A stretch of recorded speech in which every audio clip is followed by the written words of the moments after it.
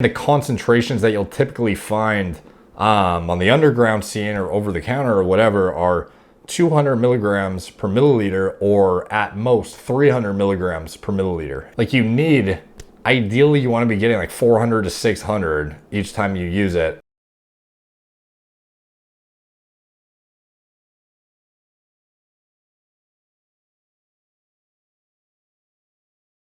What's up guys, Derek, moreplaySmartAids.com. Today we're going to be talking about my HRT package that just came in. So as many of you know already, I announced a couple months ago at this point, honestly the exact date escapes me, but it must have been a couple months ago at this point, that I bought equity in a HRT clinic that I've been vetting for over a year now in the States. And obviously is directly relevant with the content I put out, and you know, I felt like was just a no-brainer for me at the time, and it was an inevitable outcome. At some point I had to get involved in this industry. Like, I literally talk about it all the time: hormone optimization, longevity, performance in the context of health optimization at the same time, risk to reward on that kind of stuff, safer practice.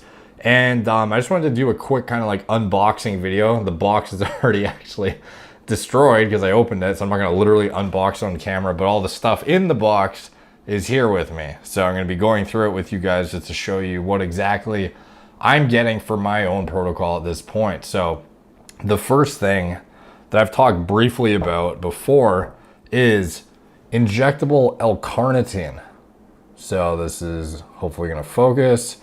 So this is, the beauty of this is the pharmacy that compounds it compounds at 500 milligrams per milliliter. One of the things that's turned me off of carnitine in the past is not the carnitine itself, it's the concentration. So you're going to need to pin this almost every single day intramuscular, and the concentrations that you'll typically find on the underground scene or over the counter or whatever are 200 milligrams per milliliter, or at most 300 milligrams per milliliter. Like, you need, ideally you want to be getting like 400 to 600 each time you use it, at least in my opinion, because especially if you're not using it every single day, because most people aren't going to adhere to a everyday administration schedule using this much liquid. It's just like, who wants to pin a milliliter deep IM every single day? No one wants to do that. So, and neither do I, obviously. So if I'm going to be doing it, it's going to be relatively infrequent, but I need it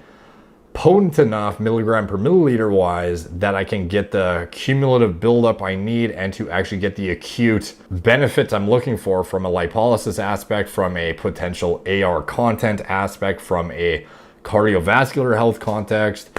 There are a lot of areas of the body that this stuff extends into, and honestly the research is pretty overlooked in my opinion. So one of the main ways that I see it as a huge benefit potentially for a lot of people in, you know, bodybuilding, people interested in improving their body composition, isn't just the effect it has on mobilizing fatty acids and helping with fat loss. You know, one of the most common things it's used for is in a fat loss context before cardio, which is, I'll probably make another video on exactly how I use it for fasted cardio. But one of the main benefits is its effect on upregulating AR content in the muscle. So there aren't a lot of things you can do that really increase androgen receptor density in the muscle tissue itself.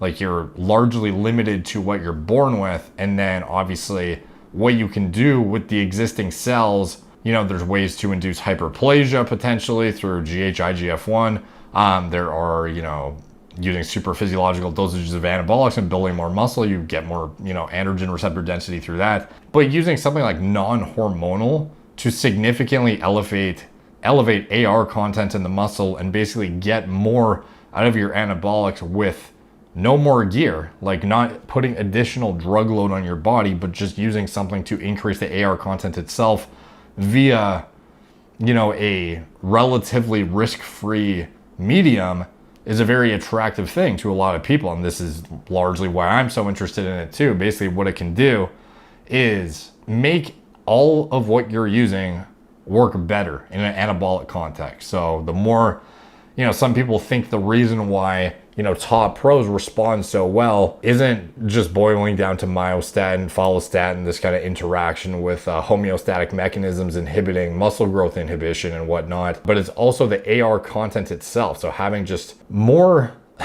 literal androgen receptors for anabolics to dock to and cause gene transcription, build muscle. So if you have more androgen receptors, there's more opportunities to grow, at least in theory. So with carnitine, it's been shown clinically that it does upregulate AR content, and in practical application, it seems to actually enhance whatever you're using. So like, for example, a guy on TRT without carnitine versus a guy pinning, a milliliter almost every day of this stuff with his TRT, like that TRT goes a lot longer way with this, which is something that, obviously interests me as somebody who's trying to, risk management is always at the top of mind. And as you may or may not know, I haven't blasted super physiological dosages of anything for years. So for me, if I can squeeze more out of a therapeutic replacement amount of test, then that is,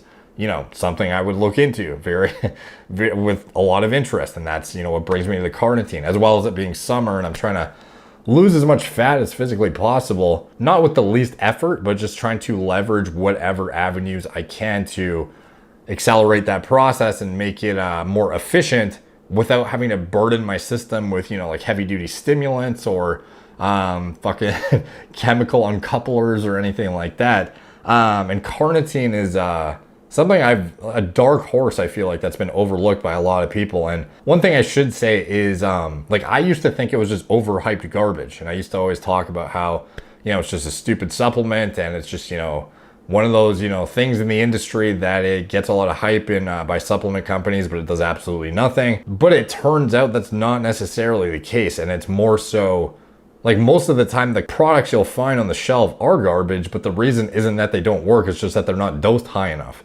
So with carnitine, the oral bioavailability is extremely poor. So if you use it orally, you need to be using like several grams per day to be yielding any kind of amount that is efficacious for the outcomes you're seeking. With injectable though, you're mainlining it, you're skipping this degradation aspect in the gut where you would otherwise, throughout first pass and everything, you lose like a significant chunk of the oral bioavailability. When you pin it, you just bypass this whole thing and just mainline it. You're getting, exactly what you're pinning, and it's doing what it's supposed to do. So when you're actually getting the dosage you're supposed to use, it's actually pretty damn significant in terms of what it can do. And I've heard, this wasn't just from personal experience, like a lot of people who I trust and defer to for, my own personal education and whatnot, they all spoke very highly of it. And they're the ones who actually kind of like, leaned me, tilted me over the edge to, actually deciding that this might be something I want to evaluate further. And then, delve me into it now myself. And I don't have a ton of experience with it yet, but that is something that is in my protocol now. So that is the first thing of my HRT protocol. And one thing I wanted to mention too is the injection also may circumvent something that may be problematic in a health context when you are ingesting carnitine. So one of the concerns with carnitine, and it sort of ties in with, red meat's bad for you and blah, blah, blah, is that orally there's a metabolism to something called TMAO, which you may not actually get when you're injecting it and bypassing this, the traditional route of administration. So that's something to keep in mind too, if you're somebody who's like mega dosing it orally, that you may be getting a significant amount of TMAO, which is like pro-inflammatory, as opposed to when you're injecting the L-Carnitine, you may bypass it entirely. But like for me personally, it's like when I feel like it, which like I try to the majority of the time pin it, and worst case scenario, if there's a day I just like don't have time or I just really don't want to, then I'll pop like 3 grams or 3 to 4 grams of oral. But most of the time, if I'm going to use it, I'm going to pin it IM with this stuff. So some other benefits too that a lot of people don't know about when it comes to carnitine is fertility benefits. It has a significant effect on fertility outcomes, and it's actually been stacked up against Clomid in clinical trials, and some target endpoints. Apparently it even matched Clomid in terms of fertility context, which is incredible and interesting and should be noted, because a lot of people don't realize that in a fertility protocol, carnitine is absolutely warranted. And on top of that, it has cardiovascular improvements in some capacities. There's interesting studies on that. And then obviously the main thing everyone's interested in is all the fat loss and the AR content upregulation, which is the main thing most of us would be using it for. So, you know, it's basically something you can use to get more bang for your buck out of your TRT or whatever it is that you're using without having to subject yourself to significantly more anabolics to otherwise yield that same outcome, which is, you know, something that I feel like most of us would want. So that's why I am looking at it seriously. The next thing is Metformin XR. So this is the extended release version, not the immediate release. The reason I'm using XR instead of IR is seems to be lower GI distress associated with XR rather than the IR. Other than that, there's not a significant difference on paper, but the GI issues associated with metformin use seem to be alleviated to some extent with XR. So that's why I opted for that. So as far as how much I'm using, I am using 500 milligrams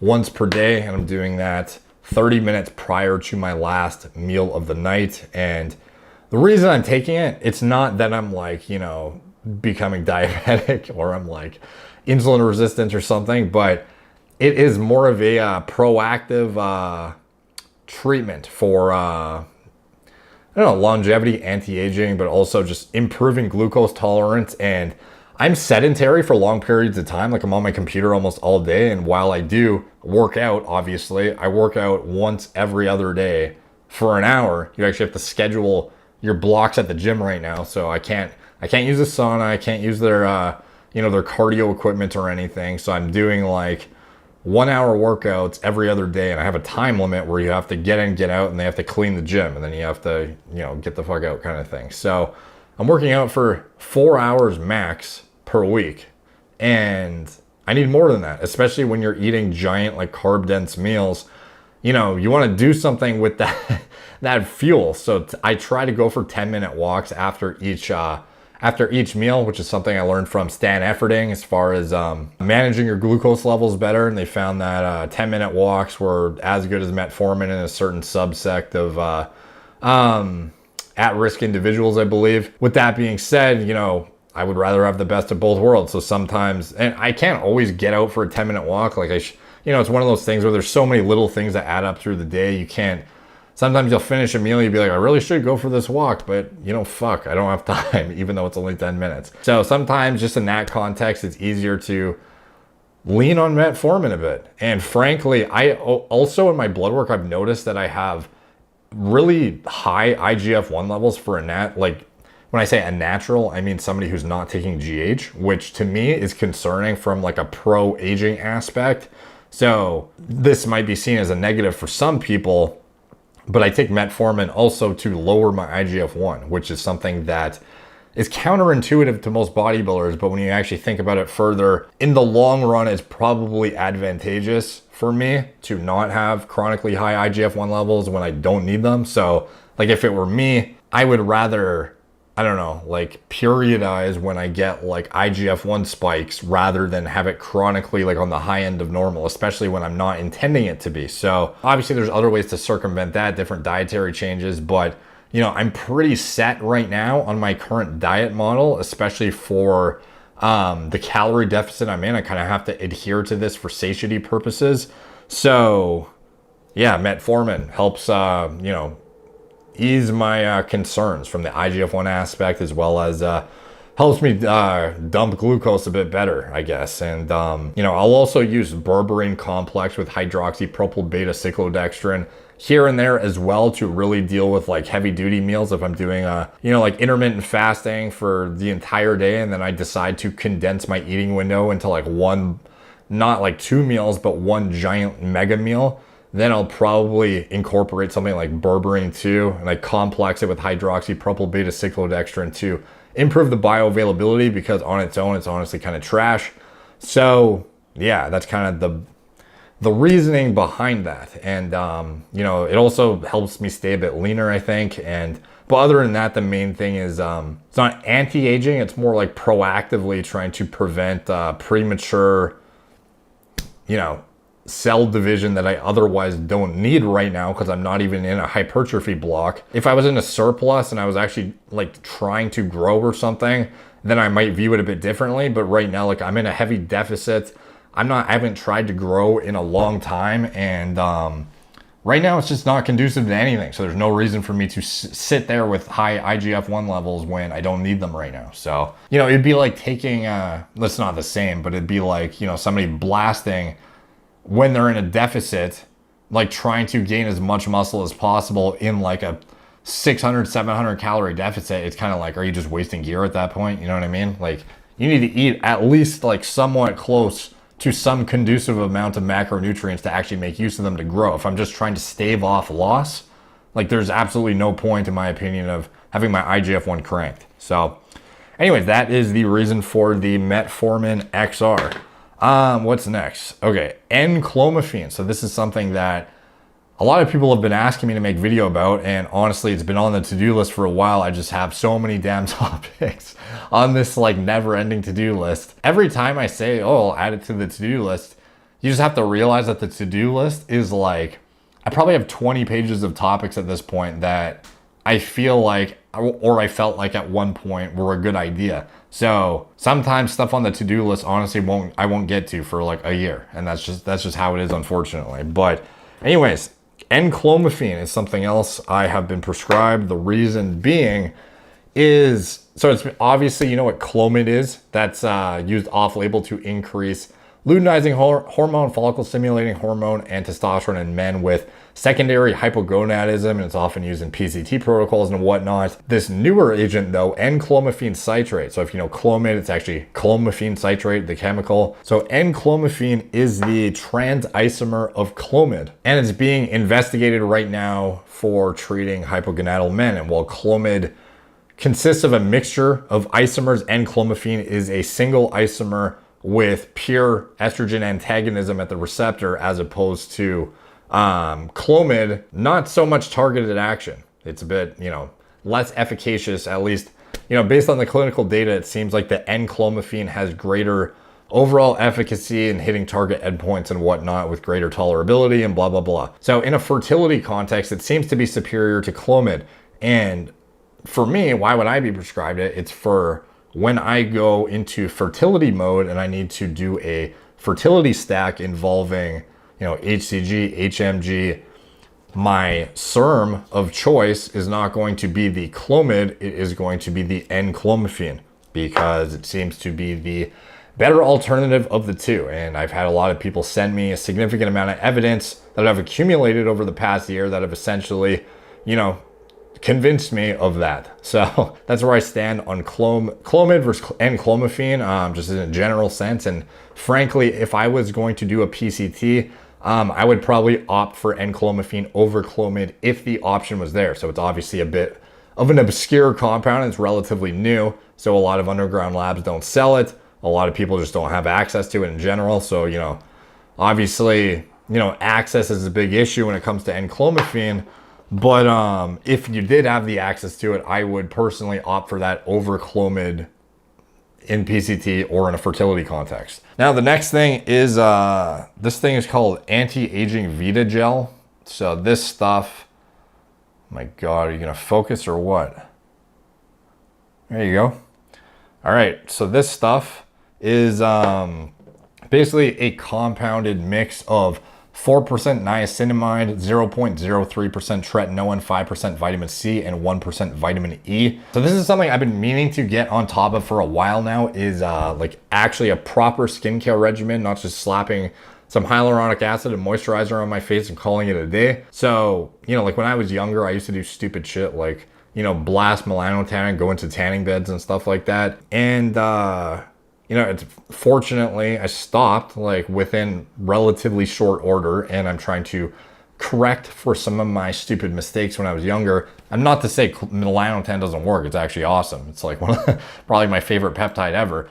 But, you know, standing in a tanning bed to get tanned, you know, like the bang for your buck on that long term, you're probably going to regret it. In the short term, you know, it's sick and whatnot. But yeah, like I'm trying to be more conscious of my actual skin as opposed to just, you know, like hair and, you know, fucking muscle, stuff like that. So skin is obviously important too. And it's something that basically I'm just not overly well educated in. So I kind of like, you know, put it to the wayside because I didn't really want to dig into the information. I'm overloaded enough as is. There's just more stuff to worry about. So anyways, this stuff is interesting and is promising, and tretinoin seems to be one of the main go-to things that actually makes a difference. So this is going to be interesting to try for me. A lot of people have you know, advised me on tretinoin and its you know, efficacy in this regard. When I started though, I'm probably gonna wait till the end of summer just because it can affect your sensitivity to sun and whatnot, and it's pretty irritating. So especially when you're first starting. So I'm probably gonna wait until the end of summer and then kind of hop on it once I'm not, you know, in the sun a significant amount, and then hopefully from there I can get some good you know, results by the time next, I don't know, like spring rolls around or next summer rolls around, I guess, and not be so sensitive to it at that point. The next two things I got are the hair loss foams, which I've talked about before in my hair loss prevention protocol video. Hopefully that's in focus. So this is Hair Restore L Extra Strength Foam and Hair Restore LF Foam. So there's a small dose of latanoprost compounded into topical finasteride in here. It's 0.01% latanoprost with 0.1% finasteride. Now I got this one separately too, which is 0.06% latanoprost. The reason I got an extra latanoprost on top of the one that's already compounded into the finasteride is because this one's only 0.01. This one's 0.06. The clinical study on humans that showed good outcomes using latanoprost for androgenic alopecia was using 0.1, not 0.01. So for me, I'm basically getting as close as I can to that 0.1 dosage by using the 0.06 with the 0.1 with the finasteride in it. So I'm getting like 0.07, and then you know, the amount I use though, because I'm a diffuse thinner, is like once I've applied it everywhere on my scalp, I've used at least a few milliliters more probably than the study that was actually done using the 0.1. So the actual overall milligram amount I'm exposing myself to, I'm sure is exceeding what they use in the study. Like we have to think about when you use percentages, it's just corresponding to a dosage per milliliter. It's not necessarily that you're, you know, just because you're using a lower percentage solution. If you're using more of it, you can yield, you know, the exact same outcome. So for me, I'm trying to basically, realistically, I'm significantly exceeding the clinical study for sure with this dosage, because there's no way they use as much as I do on their scalp. Like I highly doubt it. So I'm using a few milliliters of like each of this stuff every single day. So, and I'm doing that once a day right now. And the reason latanoprost, I think, is one of the most promising growth stimulants that is kind of like not unexperimented, that's not a fucking word, hasn't been experimented with really today, just because it's very cost prohibitive. But yeah, it's good to have a pharmaceutical option available, and I'm glad I can finally try it, because it's something I've been wondering about for a while now, as well as bimatoprost. So, but latano is kind of the go-to in the pharmaceutical realm as far as compounding goes, it seems like. So I'm giving latano a good shot right now, and it seems very promising, honestly, and it works via a totally different pathway than minoxidil. So theoretically, even if you're on minoxidil, you could add this on top of your minoxidil and get an even like an additive effect with two growth stimulants that are significantly, that are very effective potentially. So with all that being said though, obviously minoxidil is still the most cost-effective, tried and true growth stimulant there is. The only problem with it is it has like a 40% response rate, which is kind of like, if you respond to it, then great, it's like super good. But if you don't, it does nothing, and you're just exposing yourself to a potassium channel opener for no reason. So if you're non-responder, watch my video on how to double your minoxidil results, or whatever the title was, if you are a non-responder, because there are things you can do to potentially change yourself from a non-responder to a responder, and that has to do with adding in microneedling once a week at 1.5 millimeter depth, as well as getting a compounded solution of minoxidil and tretinoin, which enhances the sulfotransferase enzymatic activity in the outer root sheath, which you would otherwise potentially not get enough of if you are just genetically predisposed to low sulfotransferase activity. So that is something to note, because some people are minoxidil non-responders. But anyways, if you don't respond to minoxidil at all though, even after all that, then latanoprost might be worth a try, or it might be worth trying on top of, adding in the tretinoin and the microneedling, and just, it's up for experimentation at this point. But it's gonna be interesting to see, because some people I know have used this exact stuff and have reported very good outcomes. So I'm looking forward to seeing what I can do, because largely I avoid, I don't use minoxidil myself. People always ask me why. The reason was, when I tried it, I bloated up with 8 pounds of water fairly quickly, and I was not really, one of the side effect free individuals. So for me, that's the one treatment that I always had to avoid. And maybe in the future, I might revisit it with doing a way lower dose or something like that, or looking at a super low dose of oral, maybe. I don't know, we'll see. To be honest, I would like to get whatever growth properties I can out of this stuff, and hopefully I avoid minoxidil entirely. But that's just for me. Some people respond extremely well to minoxidil, have no side effects at all. So more power to those guys, obviously. Next thing is GHK-copper.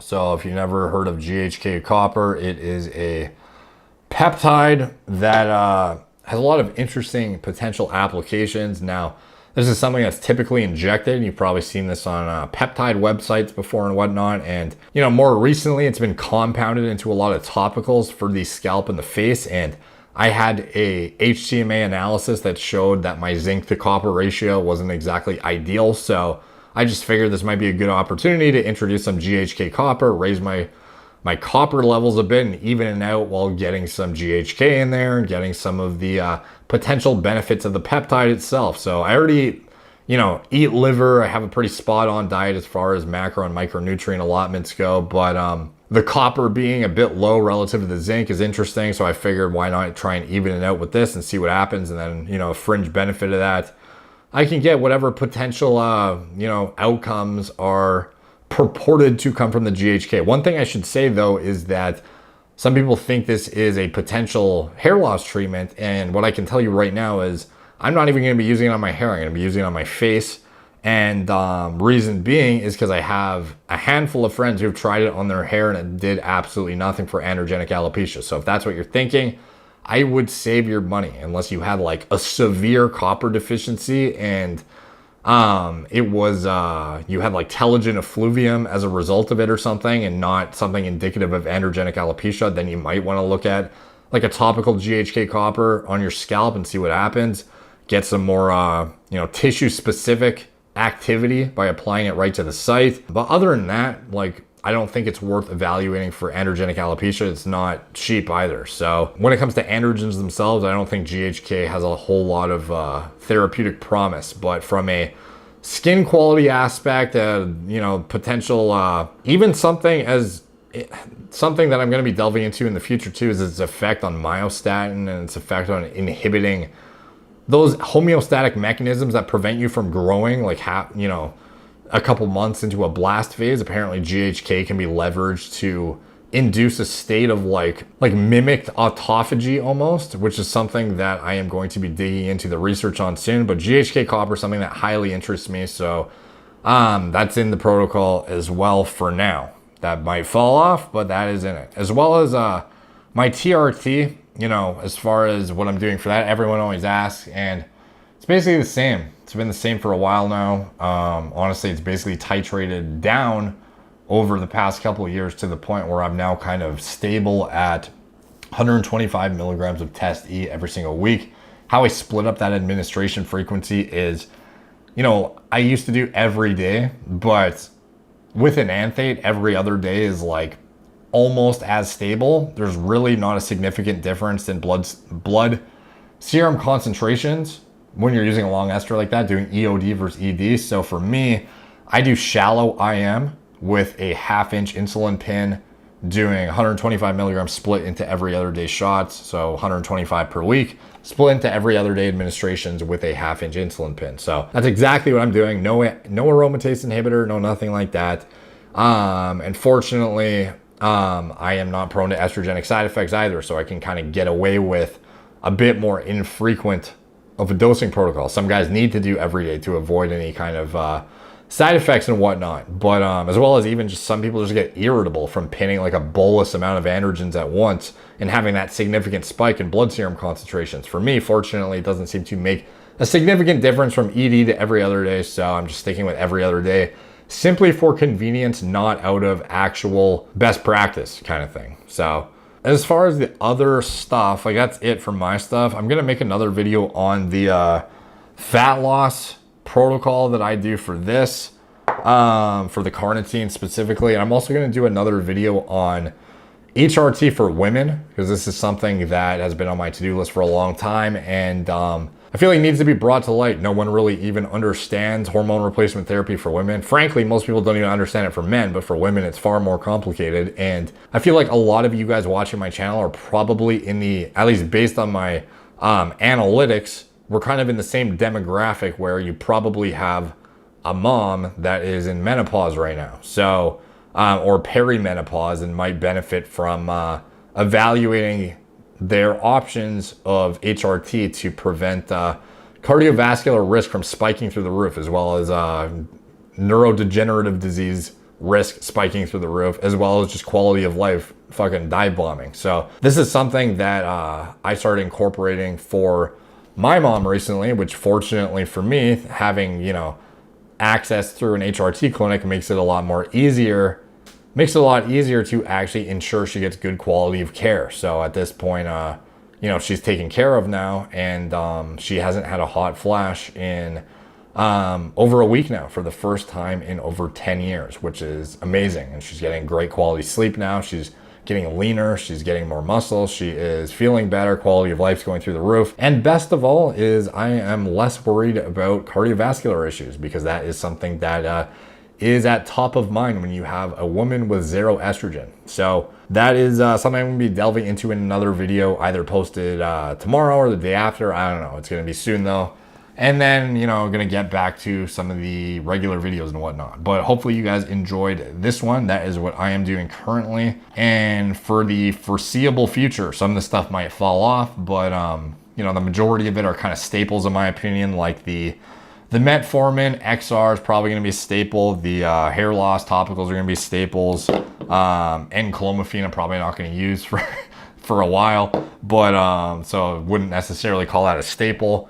Testy, staple. Carnitine, maybe a staple. It depends. It's kind of something that I don't expect to adhere to long term, frankly, even though I'd probably benefit from it.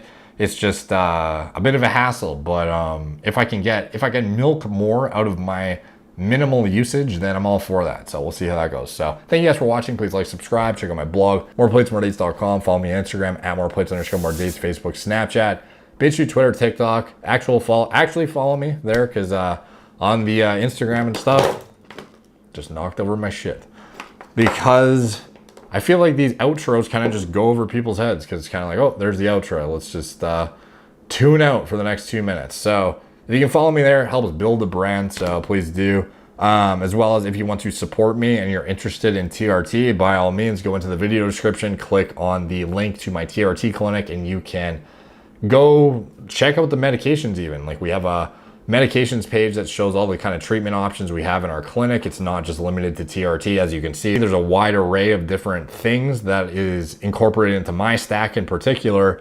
And that medications list has basically a wish list feature, which you can add it to your like hypothetical cart, which then basically gives our patient care coordinator some insight into what you're interested in to kind of expedite the process and make it easier to get to, you know, the end outcome when you actually meet up with them. And when I say meet up, I mean talk with them over Skype, FaceTime, Zoom, whatever's convenient for you, because it's all telemedicine from the comfort of your own home, which is awesome, and I think is the way of the future. So, and then from there, obviously you get connected with our doctor, who then prescribes your protocol for you based on your needs. So if that's interesting to you, you can save $50 off your first treatment with the coupon code MPMD50.